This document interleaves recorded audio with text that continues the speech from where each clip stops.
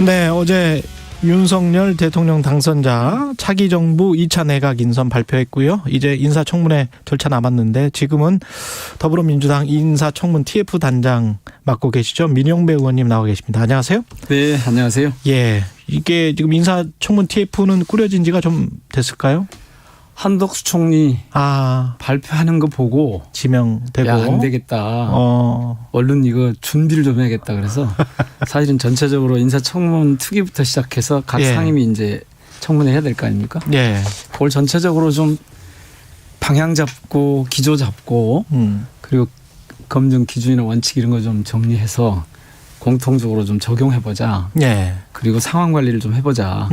이런 뜻으로 만든 거죠. 지난 3일이었죠. 예. 그래서 첫 저희들이 그 보고서를 7일 저희 원내 정책조정회의에서 그때 했고 그 조정회의가 바로 끝나고 나서 저희들이 발표를 했죠. 예. 2차 내각 인선 뭐 가장 최근 뉴스니까요. 어제 나온 뉴스부터 차근차근 그러면 그 지금 발표된 인선 내용들 야당이 된 거네요. 5월 10일부터는 이제 야당으로서 실제로 야당이 되는 거고 지금도 사실은 야당인 셈이죠. 그렇죠. 네. 청문회를 하실 텐데 일단 2차 내각 인선은 어떻게 들으셨는지 모르겠습니다.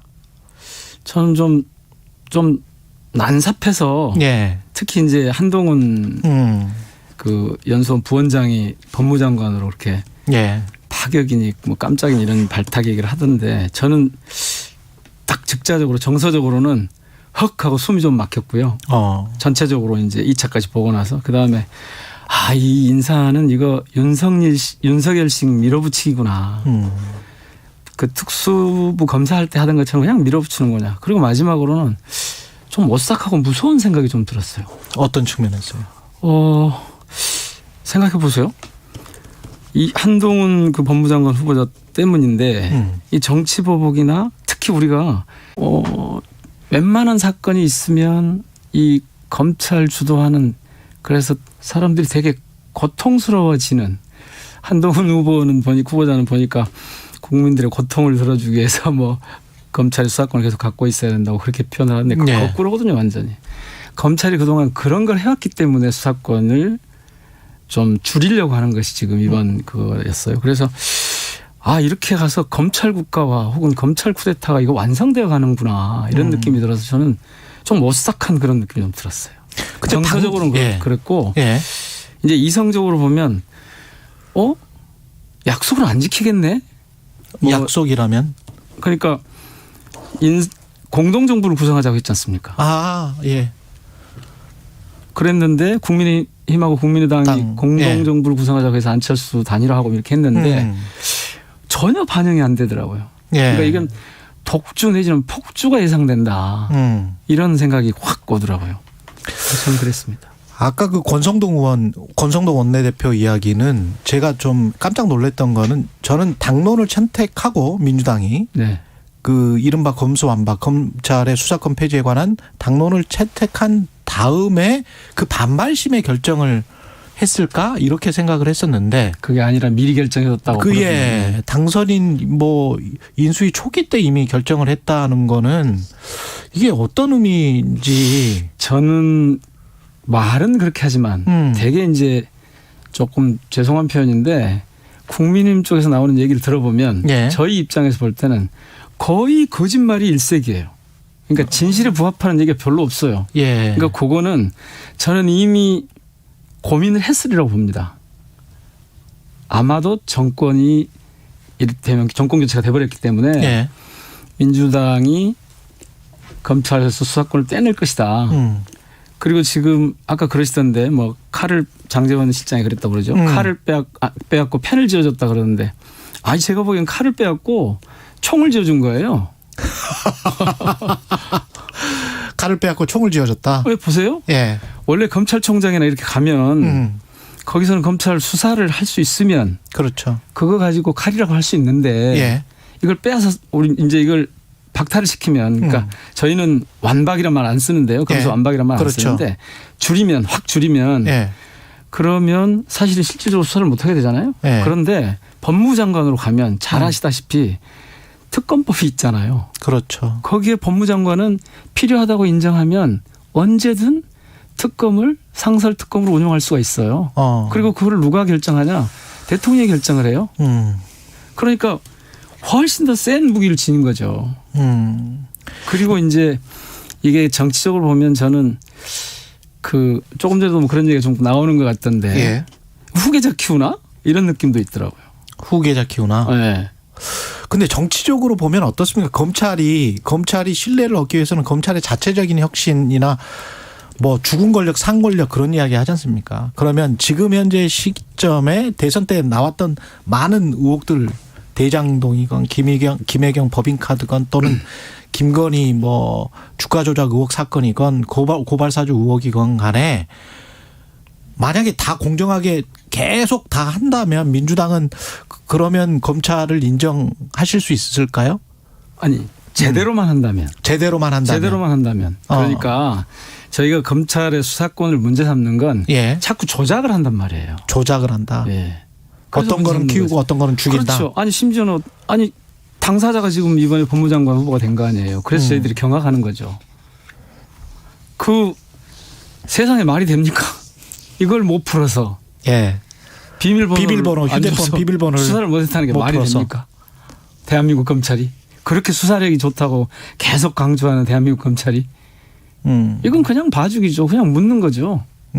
그러면 이렇게 해놓고 진실이 뭔지 모르는 상태에서 어떻게 예. 하겠어요? 그런 검찰을 어떻게 믿겠어요? 그래서 별도의 수사기관을 만들자는 건데 예. 시간이 없으니 예. 우선 별도의 수사기관을 만들려면 그건 정부하고 협의가 돼야 되는 일이잖아요. 법을 아무리 만들어도 거부하면 또 안 되는 거고. 그래서 굉장히 오랫동안 길게 보면 뭐 15년 전부터 해왔던 검경 수사권 조정이나 검수 분리가 수사기소 분리가 지금 와서 막바지 이르러서 시간이 없는 거예요, 실제로. 예. 그리고 이번 아니면 제가 이제 그런 표현을 썼는데 2022년 4월은 다시 오지 않거든요. 기회가 없어요. 그런데 이것을 무슨 뭐 정권이 바뀌었으니까 어쩌고 이렇게 묘한 논리를 갖다 들이대는데 저는 인사 얘기로 하러 나와가지고 예. 인사 이야기 좀 하죠. 이제 예. 저 시간이 한 12, 3분밖에 안 남았는데 예. 일단 한덕수 국무총리 후보자부터 어떻게 보세요? 그 김앤장에서 있었던 일과 그게 이해상충이 될 수 있는 가능성 그런 것들은 민주당이 좀 조사를 해보고 있습니까? 뭐 집중적으로 들여다보고 있는 내용 중에 하나죠. 그렇죠. 예. 예.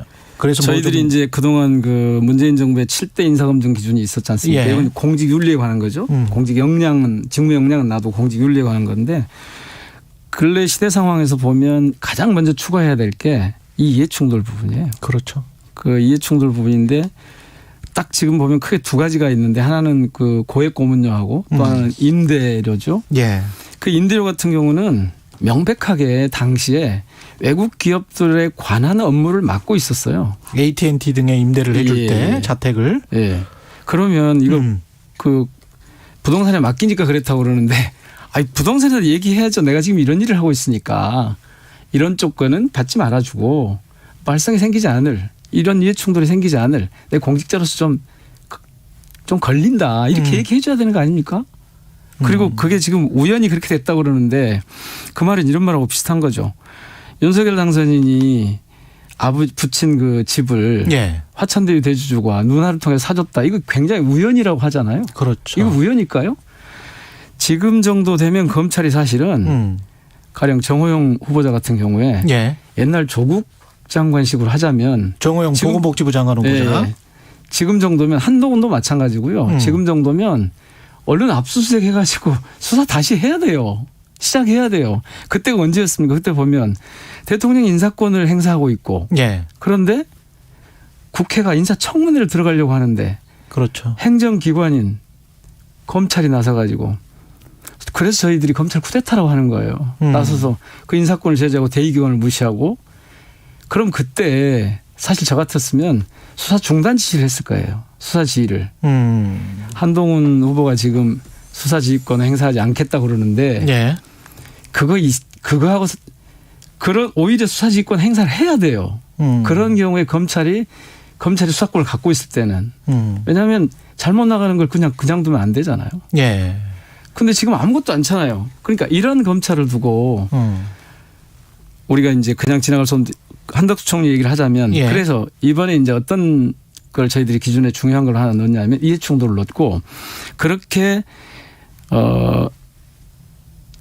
부동산 자신의 부동산을 그런 식으로 우연히 됐다고 하는 이거 국민들을 바보로 하는 거죠. 이거 누가 모르겠습니까? 이걸 금방 봐도. 그러니까 지금 이번 인사의 제일 큰 문제는 한덕수 총리 때부터 마찬가지인데요. 예. 앞서 이제 뭐 진행하시면서 말씀을 하시던데 인사 검증, 인사 원칙이 없어요. 원칙과 기준이 없어요. 왜 이분을 했는지 그냥 3평만 있는 거예요. 이분에 대한 인물평만. 그리고 원리가 없어요. 이제 저희들이 그래서 이번에 내세운 원칙 중에 하나가 적소적재 원리라고 하는 거거든요. 예. 되게 사람 먼저 뽑아놓고 자기 측근들 다 챙겨놓고 이 중에 누구한테 이렇게 나눠주게 하는 이런 인사하지 말고 그 직무에 그 장관에 그 총리에 어떤 지금 과제가 있고 그 직무가 지금 필요한 역량이 뭔지 이걸 먼저 정리를 하고 그래서 여기에는 그런 역량을 가진 누구를 갖다 앉힌다. 이렇게 해줘야 국민들이 볼 때 인사를 하네. 그러니까 이거는 인사인지 그냥 이른바 이 나눠먹기인지 알 수가 없는 상황인 거죠. 그 정호영 보건복지부 장관 후보자 같은 경우 지금 잠깐 말씀을 해줬습니다마는 이게 딸 아들이 경북대 의대로 편입하는 과정에서 다 병원 고위직에 있었고 병원장이었고 그러니까 이랬단 그 정도 말이죠. 되면 지금쯤은 예. 옛날에 윤석열 당선인이 검찰을 있을 한동훈 수사하던 식으로 하자면 지금 압수수색 해야 된다니까요. 그렇지 않습니까? 예. 근데 안 하잖아요. 이렇게 검찰이 선택적으로 수사를 하고 기소를 하는데 그 검찰을 그냥 그대로 두자고 하는 게 말이 됩니까? 예. 그리고 그 칼럼이나 글이나 말에 대한 논란들도 좀 있는데 이창량 그 산업자원부 장관 후보자 같은 경우에 출산 기피 부담금 출산 기피 부담금, 예. 혁신학교는 국민을 바보화하는 거다. 그 다음에 전두환 그 물가 정책을 성공 사례로 독재 칼럼, 그러니까 독재 옹호 칼럼 예. 수도 없더라고요. 거기다가 예. 이거는 그냥 자기 생각이니까 설령 또 이런 생각을 가질 수 있다고 하자고요. 잘 아시는 것처럼 사회이사로만 8억을 받았어요. 예. 세계 기업에서. 예. 국민 상식에 부합합니까? 공정합니까? 능력하고 이게 어떻게 연결될지 모르겠습니다만은. 그러니까 인사 원칙을 세워놓지 않고 있기 때문에 제가 보기엔 지금 거의 그 참사의 늪으로 지금 빠져들고 있는데 저희들한테 발목 잡기 한다고 그러잖아요. 예. 이런 경우는 정말 발목 안 잡아주면 망합니다. 그런데 그 상황에서 지난 정부는 아니죠. 지금 문재인 정부 때 예. 야당에서 반대를 해가지고 인사청문회 안이 채택이 못 됐지만 그냥 그 통과가 된 적이 있지 않습니까? 많죠. 예. 예. 그때 그런 게 바로 발목 잡기였던 거죠. 예. 지금 같은 경우는 같은 일이 지금 되풀이 되리라고 보십니까? 어떻게 보세요? 저는 되풀이 될 것 같은데요. 되풀이 될 것 같다. 그때는 예. 트집 잡고 그야말로 발목 잡기였다면 그 부정적인 의미에 저희들은 늪에 빠지지 않도록 참사가 일어나지 않도록 예. 발목을 잡아둬야지 그나마 국정이 제대로 돌아갈 거다. 이런 관점에서 접근을 좀 해야 될 것 같습니다. 이 중에서 예. 딱 한 사람만 뽑아라. 가장 문제가 있다. 물론 더 조사를 해보셔야 되겠지만 꼽는다면 누구실까요? 그것은 제 몫은 아닌 것 같은데요. 예. 한 3분 정도가 제일 지금 좀 문제가 되는 것 같아요. 조금 전에 말씀하셨던 정호영 복지부 쪽에 그다음에 이창양 산업부 그리고 한동훈인데 예. 꼭 한 사람만 꼽으면 한동훈이죠. 한동훈 후보죠. 어떤 점에서 그렇습니까? 이거는 우리 사회의 이 질서 자체를 흐트러뜨릴 가능성이 매우 높다고 봐요. 예. 대개 이제 정치인들이 봐보십시오. 검찰만 하다가 1년도 되지 않아서 대통령 당선인이 됐어요. 그러면 어떻게든 이 자리를 유지해 가려면 거기에 필요한 권력 체계가 있어야 될 거예요. 예. 그런데 이 경우는 제가 보기에는 검찰 권력을 완전히 사유화하는 거거든요. 그런데 검찰 권력이 사유화된다고 하는 것은 국가의 형사처벌권, 형사권을 독점적으로 행사하는 거고 거기 사유화된다는 것은 대통령과 법무장관에 의해서 만약에 이분이 법무장관이 된다면 예. 검찰을 지배하면서 그리고 아까 말씀드린 무슨 그런 특별검사대 같은 그런 장치를 통해서 우리 사회를 전체적으로 자신들 그러니까 검찰 국가화를 통해서 저는 정말 그게 제일 우려가 되는 거예요. 그래서 이분을 이렇게 하는 것은 저는 뭐 파격 인사라고 그러는데 파격 인사가 아니고 우리 사회 질서 그리고 특히 검찰권 내지는 이거를 사유하는 권력을 사유하는 일종의 저격 인사 같은 것 같아요. 예. 파격이라고 하는 것은 어떤 틀이 있는데 그 틀에서 상당히 벗어난 뭐 갑자기 젊은 층을 가지고 왔다거나 정치하고 좀 관계가 뭘 좀 거리가 있지만 이 정치권에서 무슨 일을 갑자기 이렇게 와서 그런 역량이 있을 것 같으니까 발탁하는 경우에 그게 발탁이고 파격이지 이 경우는 아니죠. 기획이죠 완전히. 이게 지금 국민들이 어떻게 들을지는 모르겠습니다. 그런데 이제 국민의힘은 예. 이게 반대를 위한 반대다. 무조건적인 깎아내리기의 목적이 있는 것이 아닌지 의심스럽다. 아까 발목잡기 말씀을 하셨는데 예. 이렇게 이제 이야기를 하고 국정을 안정적으로 운영하기 위해서 좀 뭐 협치를 해줘야 되는 거 아니냐 뭐 이런 이야기도 있고요. 그러니까 국정을 안정적으로 운영하려면 예. 오히려 인사를 이렇게 하면 안 되는 거죠. 제가 아까 말씀드린 것처럼 이런 시기에 지금 이런 역량이 필요하고 이런 자질을 가진 분이 필요하니까 이런 예. 분을 모시겠다 이렇게 해야 되는 거잖아요. 예. 그리고 그것이 국민에 대한 기본적인 A죠. 존중이죠. 그런데 자기에게 필요한 사람만 갖다 쓰고 있는 거예요. 제가 그래서 권력의 사유화라고 쓴 겁니다. 예. 되게 위험한 상황이라고 저는 봐요. 지금 저 정부조직법과 관련해서도 지금 여성가족부 폐지 공약이 있었기 때문에 그거는 뭐 조금 더 논의를 많이 하지 않을까요? 그리고 그것은 어쨌든 저희들이 예. 제어를 할 수가 있잖아요. 국회에서 그럼요. 예. 정부조직법은 뭐 개정을 해야 되니까요. 예. 예. 그래서 그거는 뭐 자신들이 한다고 해도 이게 뭐 꼭 그렇게 진행되는 건 아닌데 인사는 다르거든요. 예. 말씀하셨듯이 저희들이 아니라고 해도 청문보고서 채택하지 않아도 그냥 강행을 할 거거든요. 예. 저는 한동훈 장관 지금 저희가 철회 요구했잖아요. 예. 당에서 그냥 갈 것 같은데요. 구체적 일정은 어떻게 됩니까? 청문회는 지금? 대개 15일 동안 예. 이내 청문 요청서가 오면 15일 동안에 청문회를 해서 예. 보고서를 이제 대통령한테 보내줘야 되는데 안 보내주면 대통령이 또 한 10일 정도 예. 보내달라고 다시 요청을 하게 돼 있습니다. 그때까지 안 보내주면 이제 강행을 하는 거죠. 그렇군요. 강행을 할 수 있는 거죠. 마지막으로 그 검찰 수사권 폐지와 관련해서 한 가지만 더 예. 여쭤볼게요. 그러면 지금 세간에서 언론에서 예상하는 대로 그냥 5월 3일이나 4일쯤에 문재인 정부, 문재인 대통령 임기 내에 처리하는 거는 뭐 확실한 겁니까? 의원님이 저희들은 보시기에? 그런 의지를 갖고 있는 거죠. 어제 회의를 통해서 예. 그렇게 의지를 이제 확인을 했죠 서로. 근데 법적으로 절차적으로 특히 또 그제구나. 예. 법적으로 절차적으로 쉽지 않습니다. 박병석 국회의장의 또 동의가 있어야 될 것 같다는 생각도 들고요. 언뜻. 그런 것도 허들 중에 하나죠. 예. 그러니까 의장이 이걸 올려주지 않으면 그렇죠. 회의를 진행할 수가 없으니까. 본회의 예. 그렇죠. 근데 대개 의장이 그런 걸 그냥 독단적으로 다수당의 의사와 상관없이 더더구나 역사적으로 굉장히 중요한 전환점인데 예. 이런 시점에 그 회의를 무산시킨다? 좀 전 상상하기는 좀 어렵습니다. 그럴 거라는 우려가 있지만 예. 저희 당 출신이기도 하고 예. 또 그분이 그렇게 정치에 대해서 이 정무적인 감각이 없는 분이 아닌데 설마 그렇게까지 해서 이 사안을 뭉개고 가려고 할까 상황을 잘 아시는데 예. 그래서 뭐 그렇게 무모하게 하지는 않으실 것 같은데요. 알겠습니다. 예. 여기까지 하겠습니다. 예. 뭐 인사 얘기를 많이 해야 되는데 제가 못했네요. 뭐 마지막으로 덧붙이실 말씀 있으세요?